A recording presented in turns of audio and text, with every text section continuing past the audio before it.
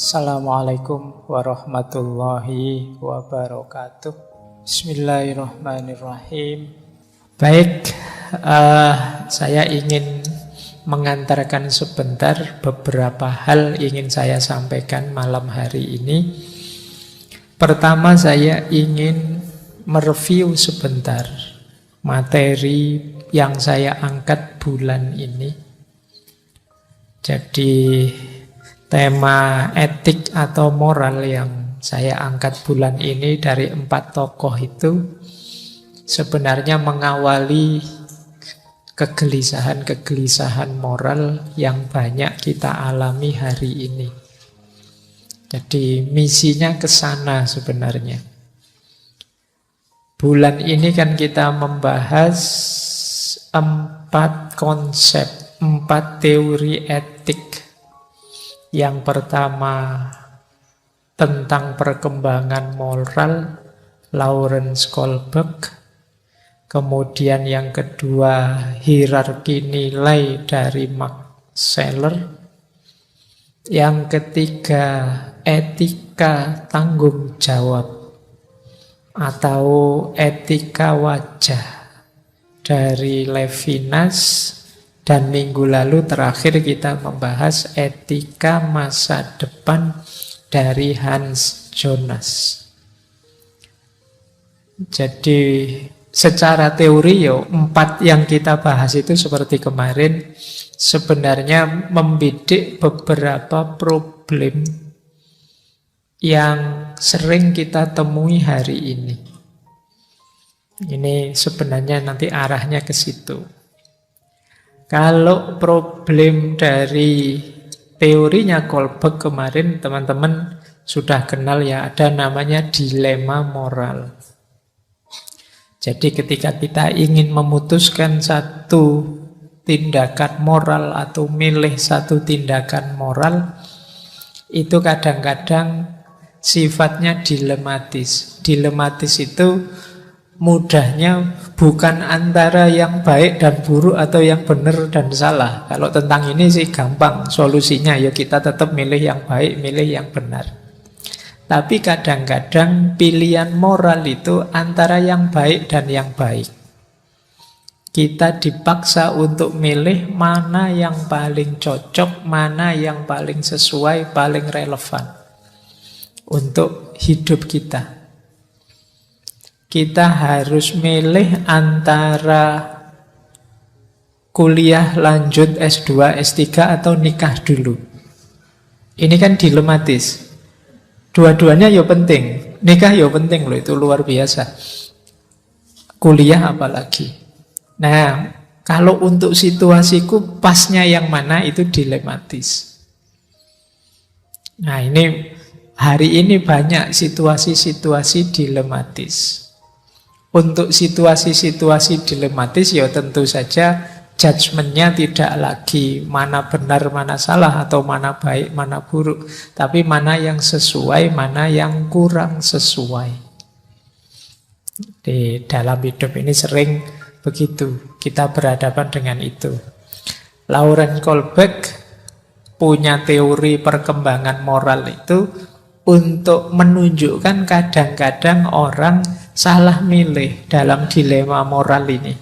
Kenapa? Karena kematangan moralnya kurang tinggi. Jadi ada orang yang secara moral dia mungkin masih kanak-kanak. Meskipun badannya besar, umurnya banyak. Jadi dia tidak bisa meningkatkan kualitas kapasitas moralnya. Di kemarin teori itu kan ada level 1, level 2, level 3. Orang yang hanya mencari kesenangan saja, atau orang mencari keuntungan, atau orang menyesuaikan dengan masyarakatnya, dan seterusnya. Kemarin di Lawrence Kohlberg sudah dijelaskan panjang lebar. Nah, kadang-kadang kita itu masih kekanak-kanakan moralitasnya, belum matang. Kita sering memutuskan dilema itu, kita pilih yang hanya menyenangkan kita saja. Kita nyari enaknya saja. Nah, kadang-kadang ada yang mental dagang, nyari yang paling menguntungkan. Enak mana nongkrong di kafe atau ngaji? Ini sama-sama penting juga. Nah, terus kamu milih, ngaji saja Pak, di sana kan juga ada kopinya gratis. Nah, ini pertimbangan keuntungannya. Kamu tidak mikir ngajinya dapat apa, yang penting sama kan. Malah kalau di kafe bayar, itu pertimbangan keuntungan. Mungkin ada yang pertimbangan lebih tinggi, yang nanti puncaknya ya prinsip-prinsip universal. Saya melakukan kebaikan ini karena memang ini hakikatnya baik. Nah, ini yang pertama. Jadi ayo pesan dari materi pertama kita, ayo jadi orang yang matang secara moralitas, tidak kekanak-kanakan. Kekanak-kanakan itu berarti masih pertimbangan moralnya masih level-level awal, hanya nyari senang, nyari untung, dan seterusnya. Yang kedua, kemudian kita ketemu dengan Max Scheler. Dia punya hierarki nilai. Kalau tadi dilema moral, di Max Scheler ini tentang anggapan moral. Kalau di Scheler kan kita membaca apa saja, intuisi kita main. Oh, ini indah. Oh, ini baik. Oh, ini sakral, dan lain sebagainya. Nah, ini anggapan moral. Scheler ngajari kita hierarki. Ada nilai-nilai moral yang mutlak universal, ada nilai-nilai moral yang sementara. Yang sementara itu yang level rendah, kesenangan saja. Nah, ini juga mengajarkan kita untuk tahu prioritas. Mana yang harus kita dulukan, mana yang nanti saja. Nah, ini pelajaran dari hierarki moral. Hari ini, era hari ini, kita sering kehilangan yang penting demi hal yang tidak penting. Jadi ini banyak, apalagi di medsos-medsos, kadang-kadang kita kehilangan pertemanan, kehilangan persaudaraan hanya karena hal sepele. Mungkin karena yang satu jagoannya Argentina, yang satu jagoannya Portugal misalnya. Wong ya pertandingannya paling berapa minggu sih, tapi kamu sampai kehilangan persahabatan. Bahkan ada yang, saya lupa itu yang kejuaraan kapan itu, ada yang sampai bunuh diri karena idolanya kalah. Nah, ayolah kita ngerti kok, iya sepak bola penting, tapi ada nilai yang lebih penting dari itu. Kemarin kan kita punya kasus luar biasa itu di Malang itu sehubungan dengan sepak bola. Nah, ini boleh pakai analisis versinya Scheler. Jadi antara nyawa dengan sepak bola misalnya mana lebih bernilai? Antara ini dengan itu mana yang lebih tinggi? Nah, ini jadi boleh teman-teman kalau ada yang sedang nulis tesis atau disertasi, teorinya Scheler ini dipakai. Oke, ya kalau tadi di Lawrence Kohlberg itu moral yang masih kekanak-kanakan jadi penghalangnya. Kalau di Max Scheler ini yang jadi penghalangnya adalah kedangkalan. Kedangkalan itu kalian hanya memikirkan hal-hal sepele, melupakan hal-hal yang dalam. Nah, ini kadang-kadang wong itu cuma game saja kamu bisa pertemanan putus misalnya. Wong itu permainan saja. Nah, ini kita agak dangkal. Oke, itu pelajaran dari Scheler. Yang kedua, kalian harus tahu prioritas. Saya ada mahasiswa yang hampir kena DO karena dia asik main game online. Untungnya dia jujur. Biasanya tidak ngaku anak-anak itu.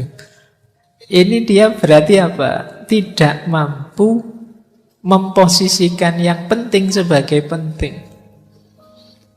Jadi harusnya ya kuliah nilainya lebih tinggi dibandingkan rebahan main game. Bukan berarti jelek. Yo, orang yo ada refreshingnya, tapi kalau refreshing terus-terusan namanya bukan refreshing. Jadi kalian harus tahu mana menu utama, mana cemilan dalam hidupmu. Cemilan itu yo posisikan sebagai cemilan, jangan jadi menu utama. Kalau kalian harusnya cemilan jadi menu utama, yo jangan salah kalau kolesterolmu naik. Kesehatanmu kacau. Nah, ini pelajaran prioritas. Nanti dalam hidup kalian harus mampu milih mana yang lebih penting, mana yang tidak penting. Mana yang nanti saja, mana ranking 1, ranking 2, ranking 3. Kebingungan-kebingungan kita banyak yang disebabkan oleh ketidakmampuan kita memprioritaskan. Rasanya kok semua penting ya Pak, ini penting, ini penting. Itu karena kamu tidak bisa memprioritaskan sesuatu. Latihanlah prioritas, karena hari ini banyak sekali hal-hal yang mendistraksi kita. Itu yang kedua kemarin, teori dari Max Scheler. Yang ketiga, ini yang menarik, teori dari Levinas. Teori yang mengajarkan kita untuk jadi orang baik kepada sesama dengan etika wajahnya. Jadi kalau di Max Scheler ketemu orang itu adalah panggilan pada kita dari orang itu untuk memberi yang terbaik padanya. Ini teori ini menarik. Karena banyak orang menganggap orang lain itu mengganggu kita untuk jadi diri kita apa adanya. Tapi justru di Levinas ini orang lain adalah jalan bagi kita untuk jadi orang baik. Ketemu siapa saja yang ada di pikiran kita, apa yang terbaik yang bisa aku lakukan untuknya.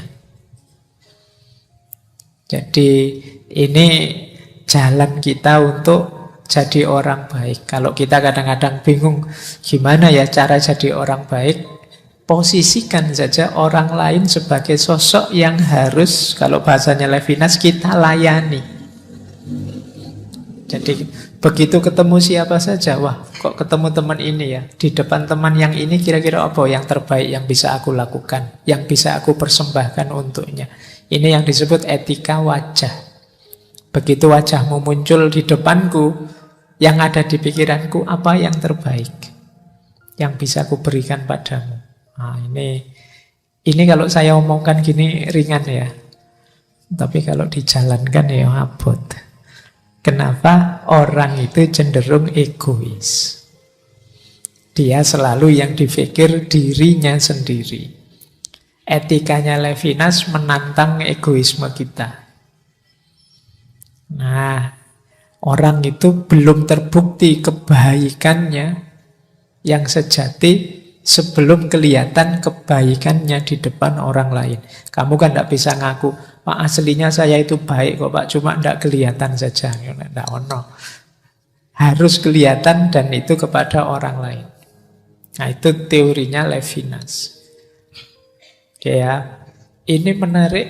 Kalau kalian bawa ke mode hidupmu hari ini sehari-hari termasuk di dunia maya. Jadi termasuk pergaulanmu di media sosial. Jadi mungkin di level konkret dunia nyata kita mungkin sering berperilaku seperti Levinas ini. Ingin berbuat baik pada orang lain. Tapi kadang-kadang kita lupa kalau sudah masuk dunia maya. Nah nanti kita lihat ya, ada beberapa yang kita gelisahkan sehubungan dengan ini. Yang keempat, melanjutkan Levinas sama-sama dari tradisi etik tanggung jawab. Ada minggu lalu kita angkat teori dari Hans Jonas, etika masa depan. Ini mirip dengan Hans Jonas tapi dia minta kita, mbok yo kita itu ndak cuma mikir orang lain, tapi pikir juga masa depan.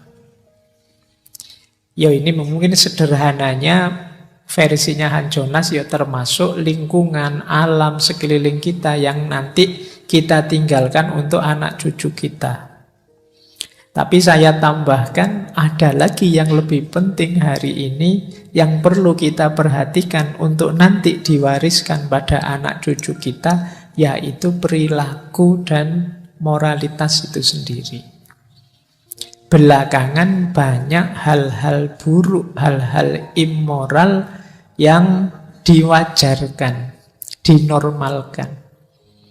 Nah ini khawatir nanti jangan-jangan generasi yang akan datang tidak kenal lagi nilai-nilai moral luhur utama yang hari ini kita junjung tinggi. Karena pelanggaran-pelanggaran norma moral kita normalkan, kita anggap biasa. Ini juga kita harus hati-hati. Tidak hanya menyediakan fasilitas sumber daya alam yang lestari untuk mereka, tapi juga sumber daya moralitas, nilai dan norma yang sesuai untuk mereka hidup. Nah, ini kalau bahasa kampusnya namanya lesson learn 1 bulan ini. Bayangkan kalau ngaji ini sukses, manfaat, itu kalian jadi sosok yang mampu mengatasi dilema moral, mampu menetapkan prioritas hidup, yang mampu mendorong dirimu sendiri berbuat baik pada sesama dan melakukan perbuatan demi anak cucu kita. Oh, itu sudah luar biasa materi 1 bulan ini. Itu belum materi 350 sekian kemarin-kemarin. Wow, kalau kamu bisa menjalankan semua jadi wali kamu. Iya, cuma ya pelan-pelan ya kita belajar. Saya juga belajar ini. Baik, nah kuncinya itu ya. Ayo sekarang kita agak bahasa saya yang mengutarakan kegelisahan-kegelisahan kita. Kalau ini kan idealnya. Coba kita tengok sebentar kegelisahan kita ya.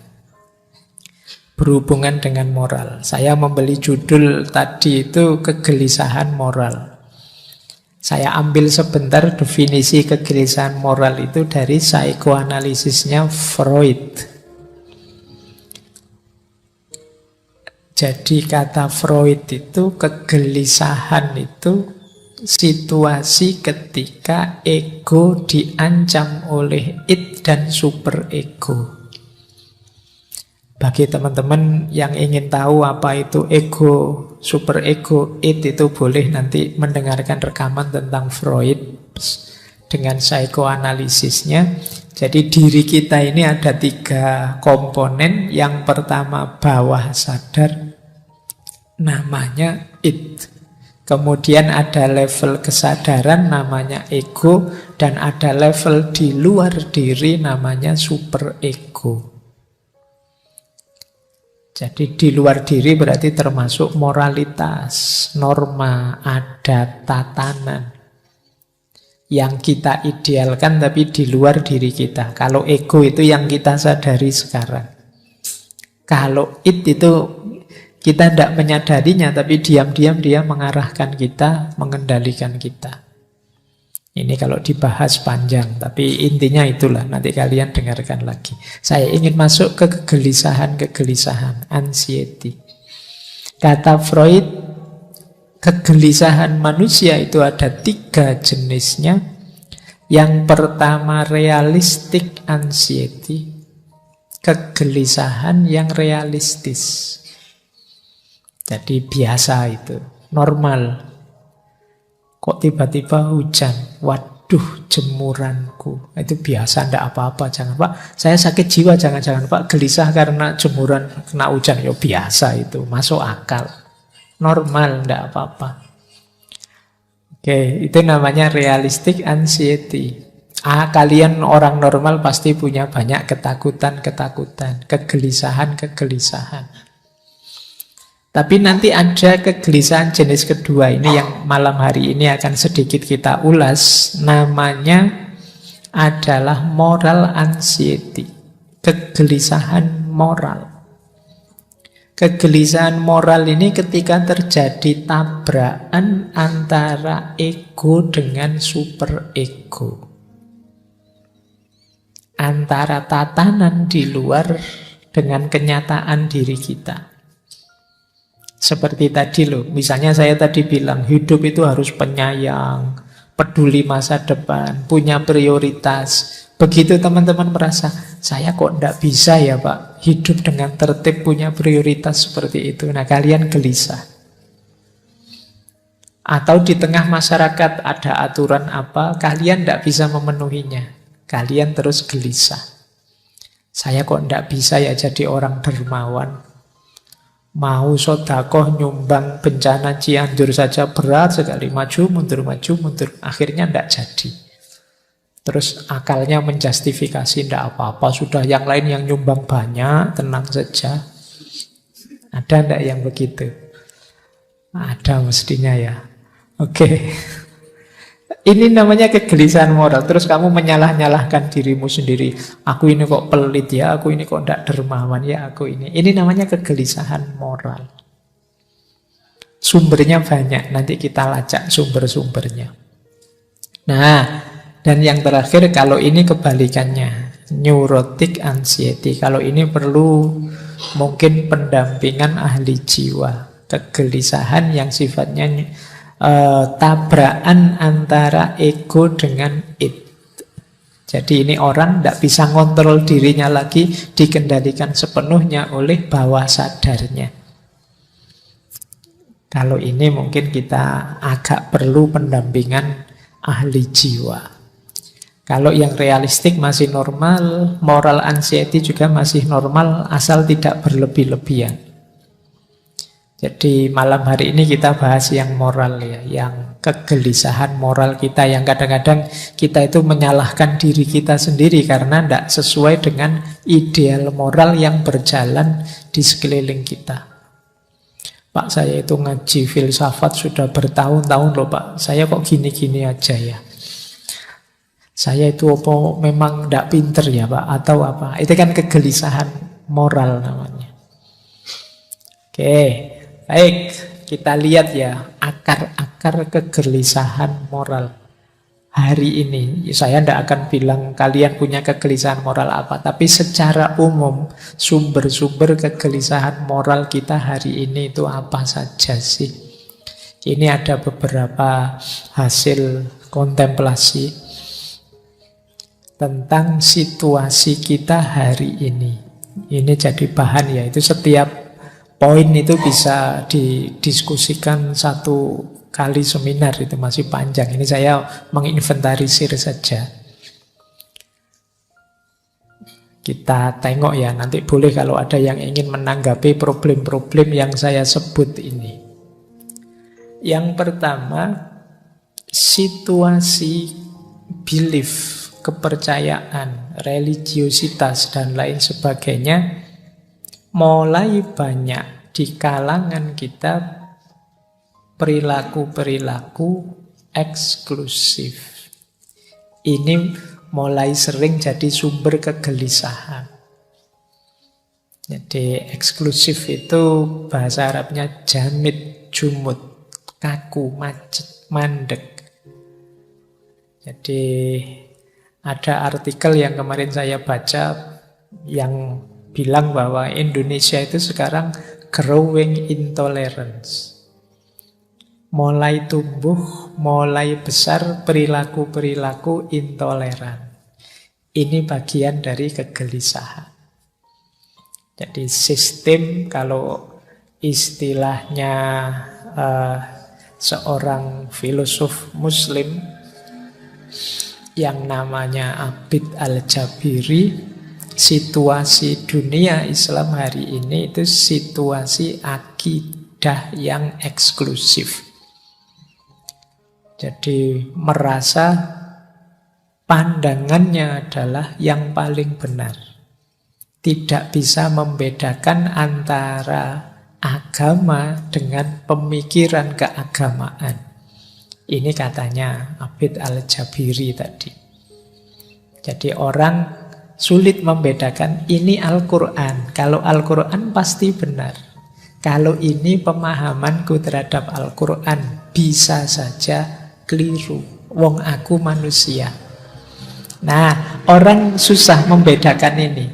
Seolah-olah pemahamanku terhadap Al-Quran itu levelnya sama kayak Qurannya. Tidak boleh disalahkan. Nah, ini mengundang kegelisahan-kegelisahan. Wong ulama zaman dulu saja itu kalau sudah mengeluarkan pikiran-pikiran luar biasa, selalu mengakhirinya dengan wallahu a'lam bissawab. Allah lah yang tahu yang paling benar yang mana. Kalau aku manusia hanya berusaha mencapai pengetahuan, mencapai kebenaran itu. Aku bisa salah. Kalau Al-Quran pasti benar. Pemahamanku terhadap Al-Quran juga bisa keliru. Kesadaran ini sulit dimiliki hari ini ya. Orang mungkin karena pengaruh medsos dan lain-lain, nanti kita lihat.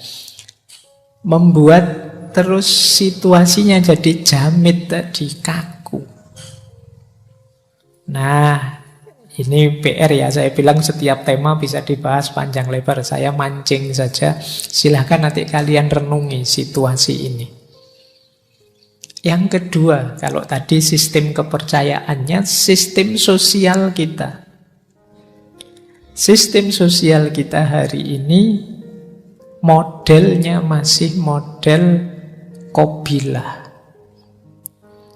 Qabilah itu sistem sosial yang fanatik.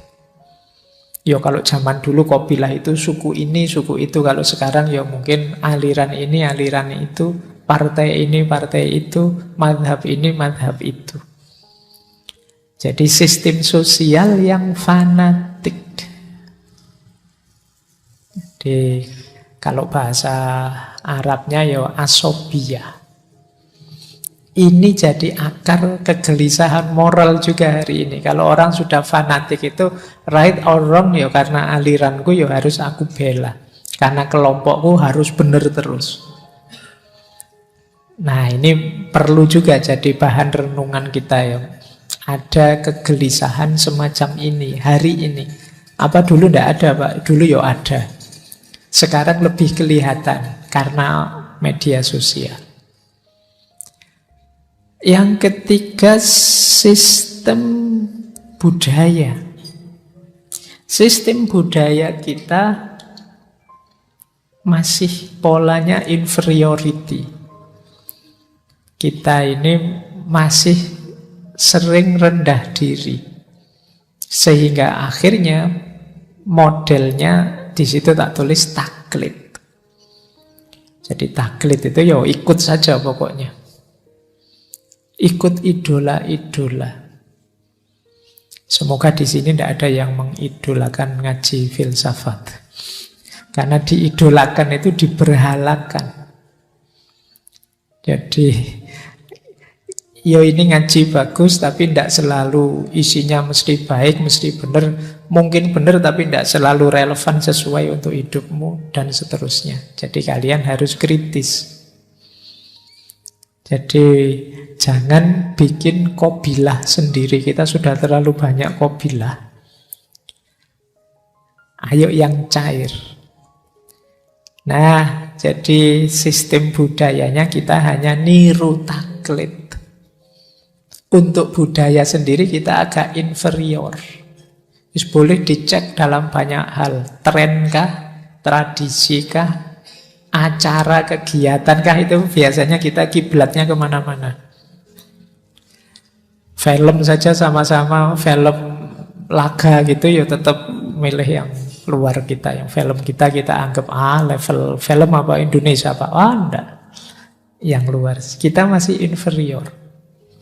Jangankan yang budaya, mau kita ketemu orang luar saja kadang-kadang kan rasanya beda. Sudah mahasiswa S2, S3 ketemu turis saja ngajak ngomong saja grogi, khawatir diajak ngomong bahasa Inggris. Merasa Inggrisnya tidak bagus. Kalah berani sama guide-guide itu kadang nekat, pedagang-pedagang itu juga lebih berani dari kalian kadang ngomongnya. Masih ada inferiority secara budaya. Jadi membaca saudara-saudara teman kita itu agak mudah karena tinggal dicari ini orang ini idolanya siapa sih, patronnya siapa, tidak jauh-jauh dari situ. Nah ini kegelisahan tersendiri.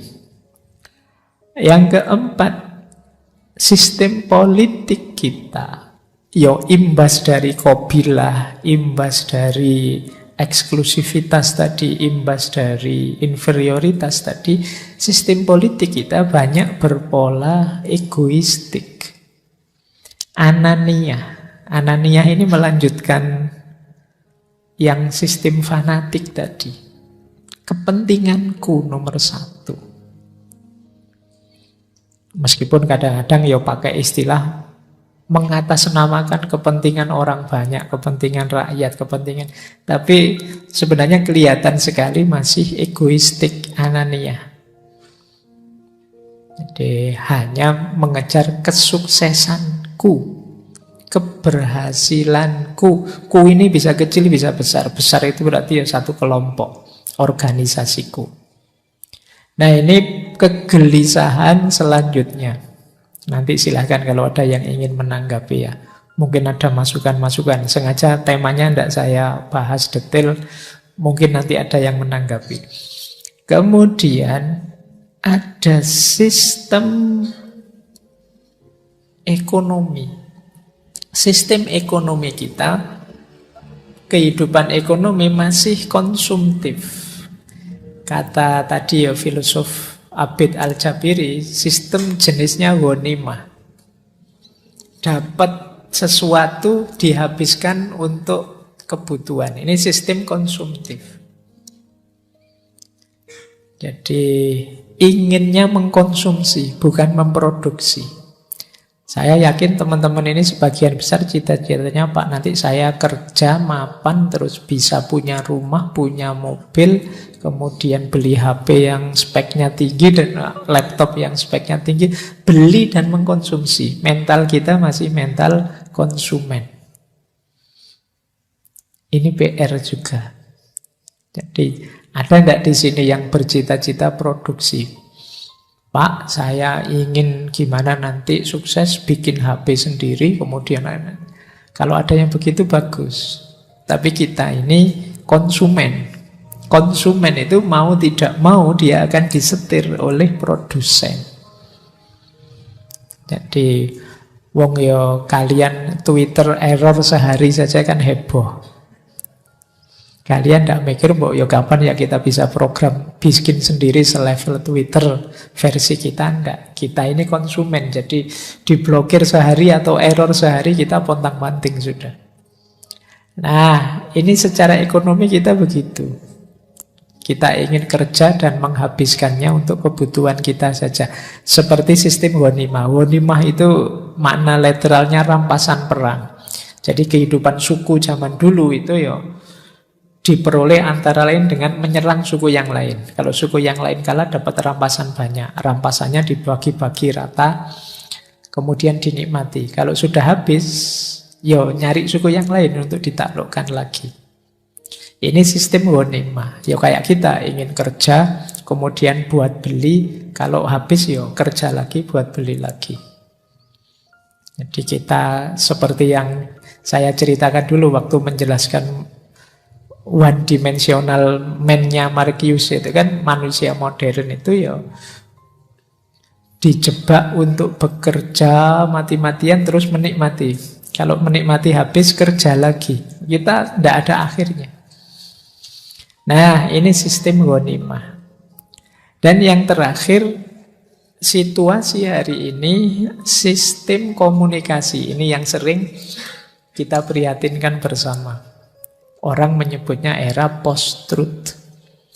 Kalau bahasa Arabnya ini saya agak ijtihad. Mungkin istilah yang pasnya pakai bahasa Arab itu satohiyat. Satohiyat itu kayak satohatnya para sufi. Satohatnya para sufi mending dia karena kedekatan dengan Allah, asiknya dekat dengan Allah. Kalau kita ngelantur karena asiknya kita main HP. Ngomongnya tidak jelas, tidak kontrol dan lain sebagainya. banyak hal tidak penting terus dipentingkan dan lain sebagainya. Ini sistem komunikasi yang satohiyat.